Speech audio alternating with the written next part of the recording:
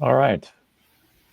Hello, everyone. My name is Matt. Thank you for joining us today. My name is Matt Wizeman, and I am a certified business leadership coach and exit planning advisor. This is our next installment of the manufacturing efficiency webinar series, which is myself, Gina Tabasso of Barracuda B2B Marketing, and Rich Bello of Schooley Mitchell. Today, we'll be talking about the factors that determine the value of a business. So while this is primarily focused on the owners of a business, even if you're not an owner, you will find that the factors that drive business value influence how you may run your department within the business you work for, or how you do your daily job, because you'll see that if it drives one of the business factors that drive business value, I should say, that there's benefit in factoring that into how you do your day-to-day job.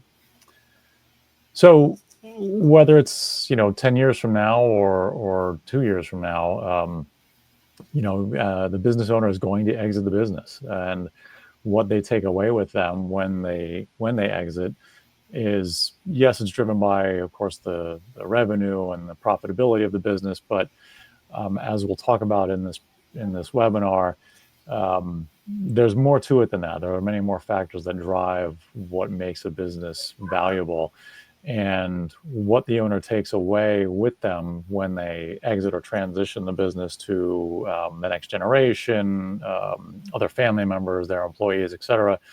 It's not just about a financial number, but it's also their peace of mind. It's what quality of life are they going to have once they exit the business? How ready is the business to survive beyond the involvement of the current owner? So again, you'll see that there's many factors that drive that, and we'll be covering many of them here.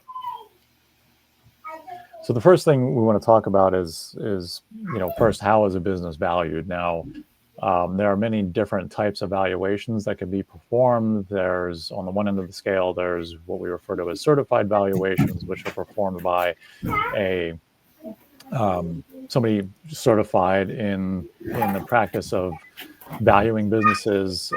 They're very extensive, require a lot of training and lots of inputs. And so those are typically required when we're talking about situations where the business is going for a loan, where they're maybe considering having another partner brought in, or where they're updating their partner agreements, maybe in the case of a divorce settlement, etc. Those are situations where a certified valuation is required.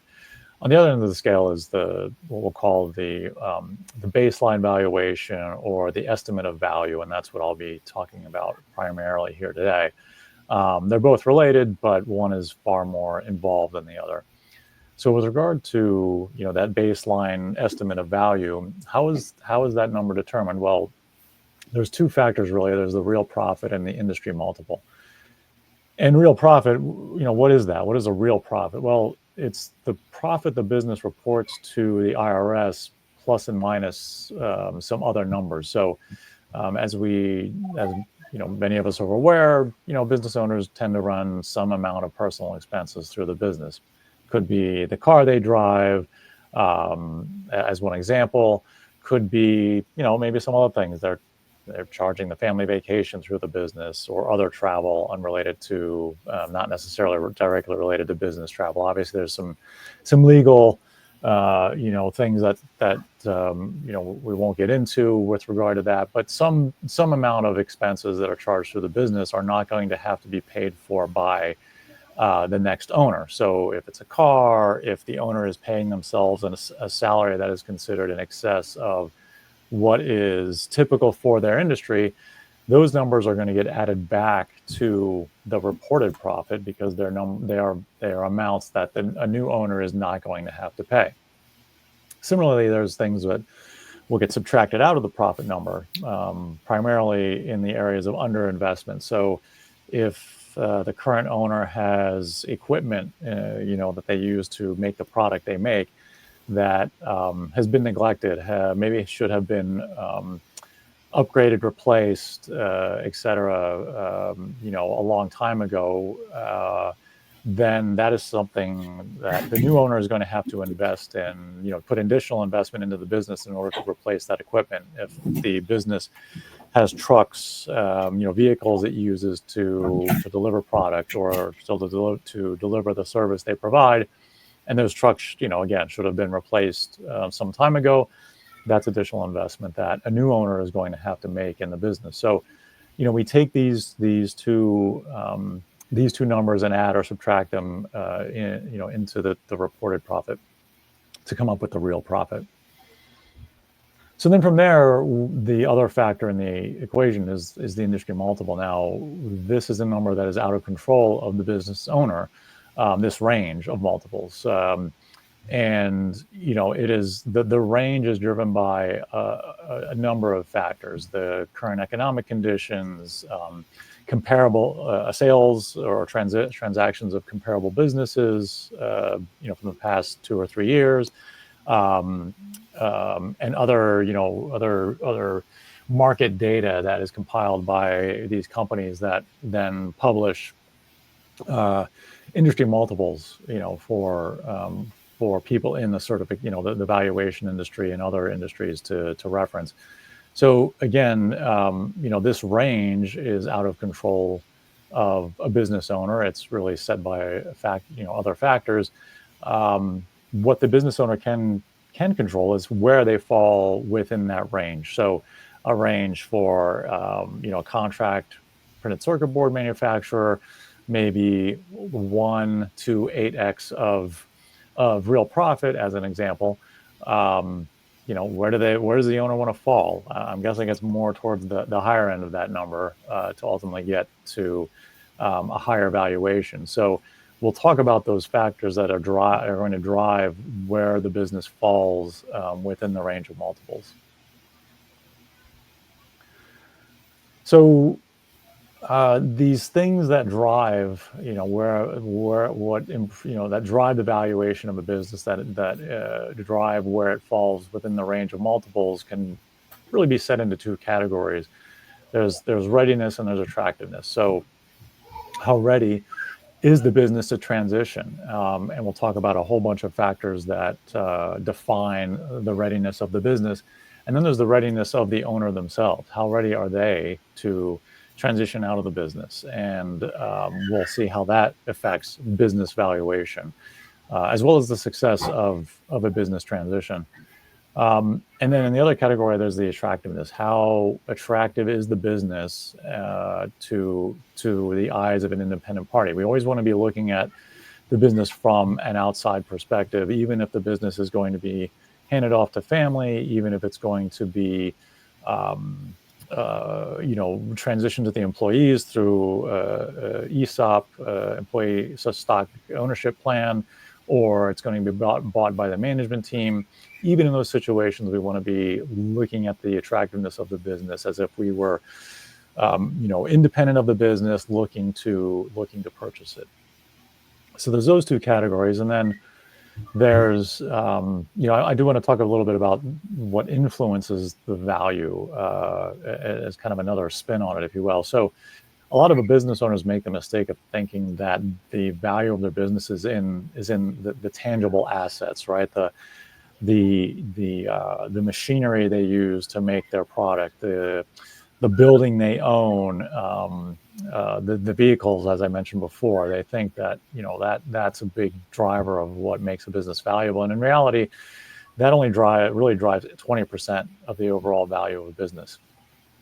What drives the majority of the value are things we call intangible assets. The human, social, structural, and customer capital are how the intangible assets are broken out in the exit planning community, and I will get into several examples of each of these things in each of these 4 categories. So within things that we consider business readiness factors, I'm not going to talk about all these, but I'll just highlight a few. So the culture of the business. Are the employees happy? Do they rave about their employer to their friends and family?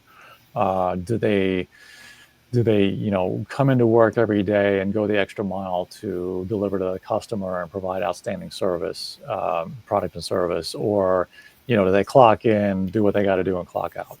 Are there company events that the annual company barbecue, regular all hands meetings where the owner and the leadership team are communicating to the entire business, all the things that are going on in the business, as well as outside influences? Are there recognition programs and so on? These are things that drive that lead to a strong culture and can make the business more attractive and drive value. Clarity of financial records is a big one. Has the owner been doing their own books since the start of the business, or do they have an outside accounting firm that handles the books, and are there clean financial records for at least the past 3 years? Has the accounting firm been doing projections of these 3 years out of forecasted performance? Having a clean set of books as well as a good forecast that has been built on viable information, then again, this is something that's going to add value and make the business more attractive in the eyes of a third party. Next is systems and processes. The things that the business does that differentiate it from its competitors to its peer companies, are those things documented? Are there strong systems that drive those processes? For example, if the company has a very effective process for onboarding employees, interviewing, finding talent, onboarding that talent, getting them up to speed, integrating into the company's culture, are those things documented? Are there systems that support the onboarding, the search for and onboarding of employees? How the business does strategic planning? Do they even do strategic planning? And how do they do it? And is it recurring? And are those strategic planning decisions they used to then drive the operation of the business? So these are just a few examples that drive business value and define the readiness of the business to be transferred. On the business attractiveness front, again, lots of different things, lots of different variables. These are not even all of them, but and I won't talk about all of these, but I'll highlight a few. A huge one is owner dependence. If the business cannot run without the involvement of the owner, if the owner cannot go on vacation because the business just grinds to a halt, if all of the customer relationships are dependent on the owner, then this is a big red flag for an outside individual who's looking to buy the business, but also for, again, just even if the business is being transferred to the existing employees or other family members. And why is that? Well, an owner, a potential buyer is not interested in buying the owner. They're interested in buying the business. And if they see that it can't run without the owner, well, they're very likely to walk away. Or, the other way it can be addressed is they make an offer where the owner is required to be involved in the business for an extended period of time. Could be, a year or 2 years. And so, if the owner is not interested in doing that, then that business deal may not be able to go through. Customer loyalty. If the business has customers that repeatedly come back, that's great. If the customers have actually built their businesses around, or their lives around the product or service that the company offers, that's even better. If they can't live without your product, if they rave about your product or service, this shows a high degree of customer loyalty. It's going to drive significant business value. It's going to be a significant adder to the valuation of the business. Similarly is revenue concentration. So if the revenue of the business is high relative to that of its peers, that of its competitors, that's great, of course. But if a large percentage of that revenue is tied to just a small percentage of customers, to be more specific, if 15 to 25% of the business's annual revenue is tied to one or two customers, again, big red flag. Why? Because if I'm a buyer of a business, or I'm considering a business, and I'm preparing to pay for a business that generates $1 million in annual revenue, but I see that a large percentage of that, 25%, is with a single customer, then why would I pay $1 million when or pay for $1 million business when the next day that customer could walk away, and all of a sudden I've paid for a business that generates $1 million in revenue. Now it only generates $750K in revenue. So again, big red flag to that third party, and it could it will definitely drive down the value of the business. Next is the business, and how hard is it for somebody to come in and compete. If somebody can go and get some funding, and stand up a business that can be very competitive to yours, that's an issue. You, as the business owner, or the business that you work for, wants to set very high barriers to entry. They want to be clear about what their niche is. They want to be clear about what makes them competitive, what their core competencies are, and they want to emphasize those things to create very high barriers to entry for somebody to come in and compete. So if a business is highly replicable, then that's a negative mark against their valuation. And then the final category, if you will, that I'll talk about are the personal readiness factors. So how ready is the owner, or if we're talking about a partnership, how ready are the owners to exit the business? Do they have a plan for what they're going to do next? So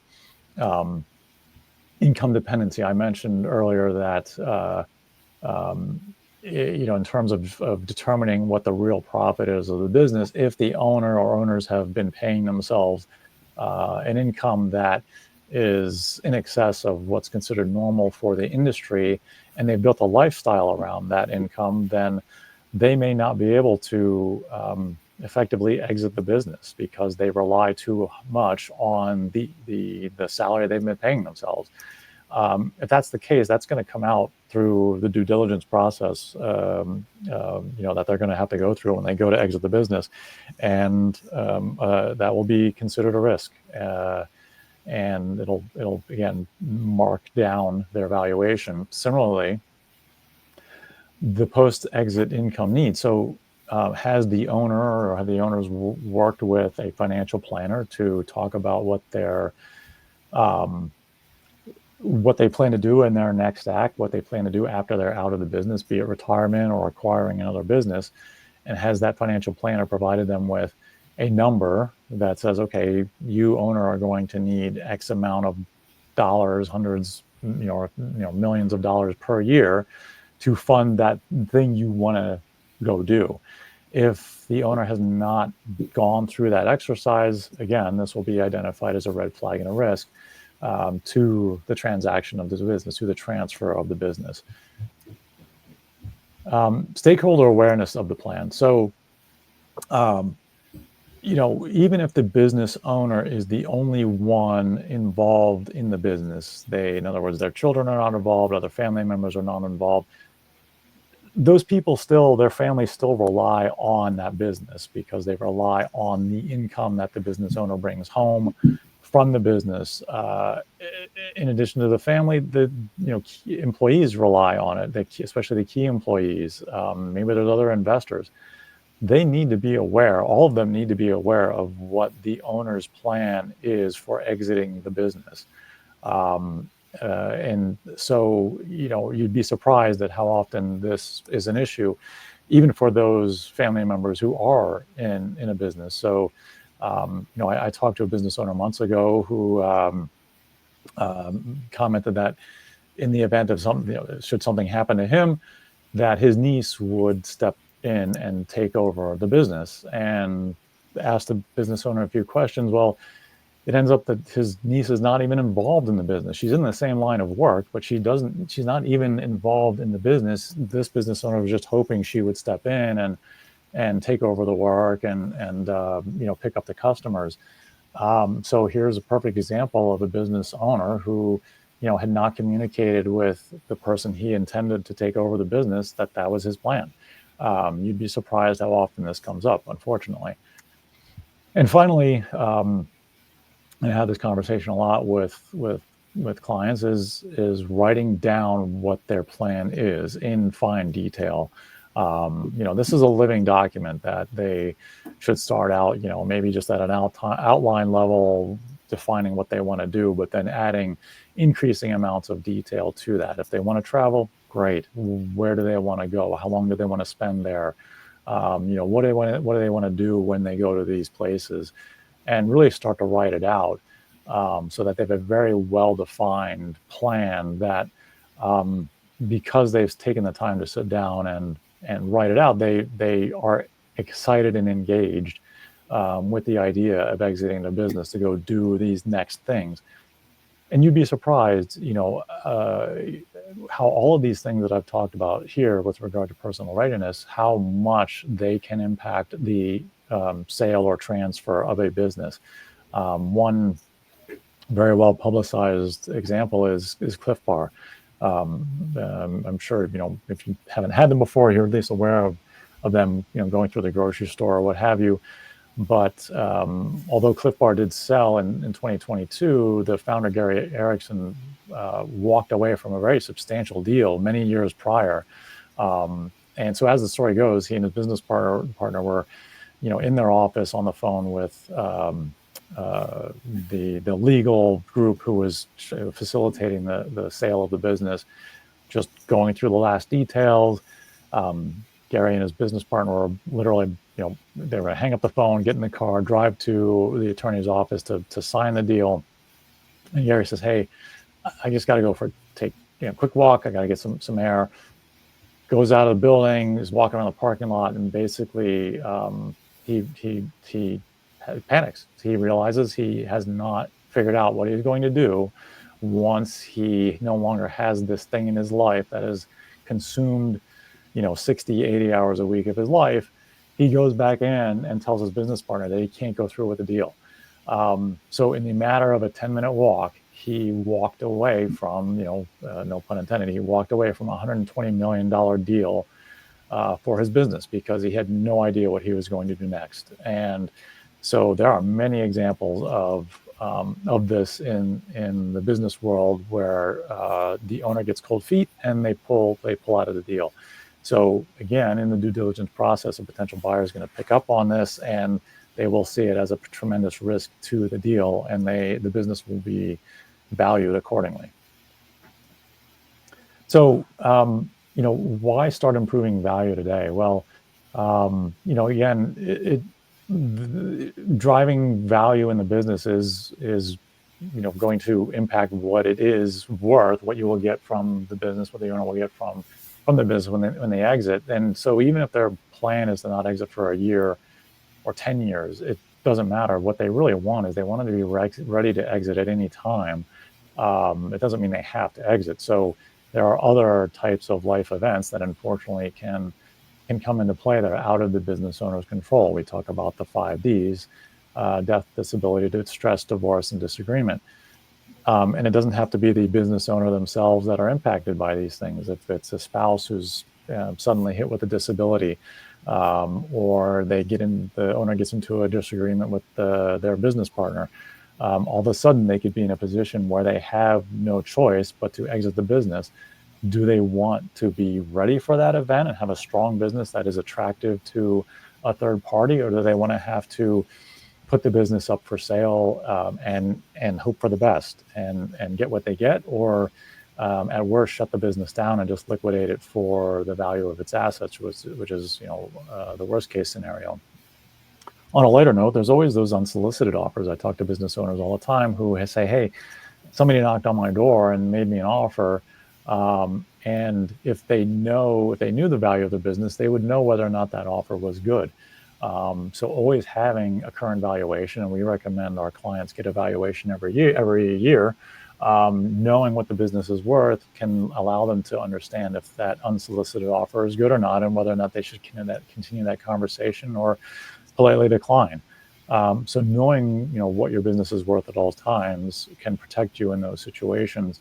And then, of course, knowing what your exit plan is in detail at all times is also a strong driver. And knowing what funds you're going to need from the business when you move on to that next act is critical. Even if you're not a business owner, this is critical. There's a lot of unhappy retirees who are not unhappy because they don't have the money. It's because they really had no plan and now they don't know what to do with themselves. And what I'll end this on is that proving the value of a business is not just important for that future event where the business is going to be sold or transferred. All of the things that we've talked about here actually drive improved business performance today. The businesses that are focusing on value are the ones that are outperforming the market, that are outperforming the industry, that are looked highly upon in their communities and in their industries. So if it's not going to be some future event that's going to lead you to want to work on these value factors that I've talked about, then make it you want to have a strong company today, and I guarantee by focusing on these things, that's exactly what you will get. So with that, I do want to thank everybody for tuning into this webinar. Again, my name is Matt Wizeman. I'm a certified business leadership coach and exit planning advisor, and my partners are Gina Tabasso of Barracuda B2B Marketing and Rich Bello of Schooley Mitchell.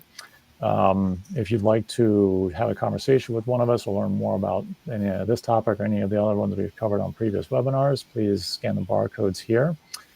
We'd be happy to arrange a meeting with you. I also want to just point out the upcoming webinars we'll be providing. So Rich will be talking about managing facility supplies expenses next month. In October, Gina will be touching on super popular topic these days, artificial intelligence and how it's revolutionizing manufacturing. And in November, I will talk about succession planning for business continuity. And with that, I'll just thank you and say, Rich, anything you want to add or any questions you have? Yeah, one question that I had, Matt, when you were talking about the real profit, and you mentioned accounting for exorbitant salaries for the owner to determine the actual real profit. What about the opposite way for that? Like, does it make sense for an owner, if they're in position to do so, and they're getting to the point where they're ready to sell or they're actively engaged in trying to sell the business, does it make sense for them to lower their salary to improve that real profit value number? Yeah, great question. Again, so going back to the need for clean financial records for the past, at a minimum, a potential buyer or somebody who's going to fund the transaction of this business, even if it's going to family and the family is going out and getting outside funding, they're going to require at least 3 years of financial records. And so, if the owner just does that in the short term, it's going to show up in that historical data. If they do that further out, then sure. If they make that decision 5 years out and they don't need that high income to support their current lifestyle, great. Yeah, great move to make. But then if they go and underpay themselves, let's say, that will still be picked up, right? If they're underpaying themselves relative to what would be considered typical for the industry, then that'll just get subtracted from the profit number, because the potential buyer will say, okay, I'm going to have to pay somebody a reasonable salary to run this business, and so that'll get factored in. So, yeah, great question. It can help, but if it's just in the near term when they actually go to start that, put the business on the market, so to speak, it'll show up in the historical data. Yeah. Okay, that makes sense. All right. Well, thanks for joining me, Rich, and everyone else here. And with that, please tune in next month for our next Manufacturers of Efficiency webinar series. Thank you. Thanks, Matt.